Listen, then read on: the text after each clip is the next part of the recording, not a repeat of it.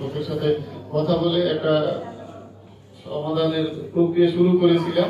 এখন সেই প্রক্রিয়া মালিক পক্ষের আশ্বাস মালিক পক্ষ বাস্তবায়ন করার না কারণে বা তারা যেভাবে আশ্বাস দিয়েছিল সেইগুলো বাস্তবায়ন করা সম্ভব না হওয়ার কারণে আজকে আমরা এখানে বসেছি।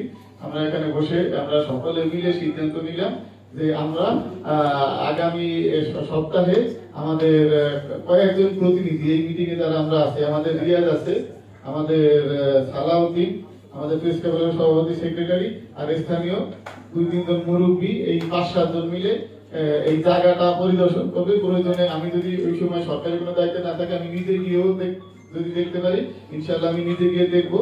দেখে আপনারা যেই কথা বললেন যে রাস্তা বান্ধা আছে, ওই বিষয়গুলো আমরা সবকিছু দেখবো থিওরিটিক্যালি, দেখে এসে পরিস্থিতি বুঝে তারপরে আমরা যারা মালিক পক্ষ আছে, আমরা কোনো স্টাফের সাথে বসবো না, যারা ডিরেক্টর আছে বা মালিক পক্ষ আছে, কারণ স্টাফের সাথে বসলেও ডিসিশন দিতে পারবে না। এবং আমরা ওইখানে যাই হোক একটা লিখিত ডিসিশন নেওয়ার চেষ্টা করবো ইনশাআল্লাহ।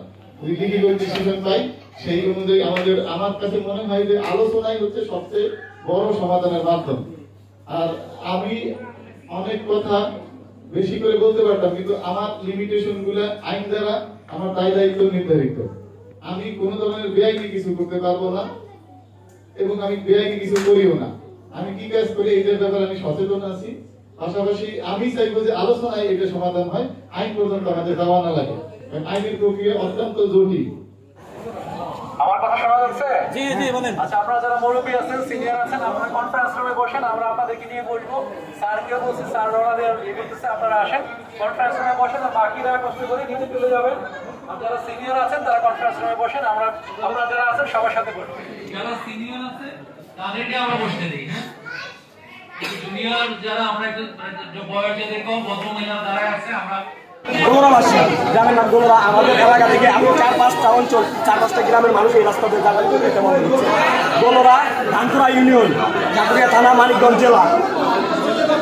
আমাদের রাস্তা আটকে দিচ্ছে কোম্পানি, মাঝে মাঝে একটা ওয়াল করে আমাদের রাস্তা আটকানো হচ্ছে।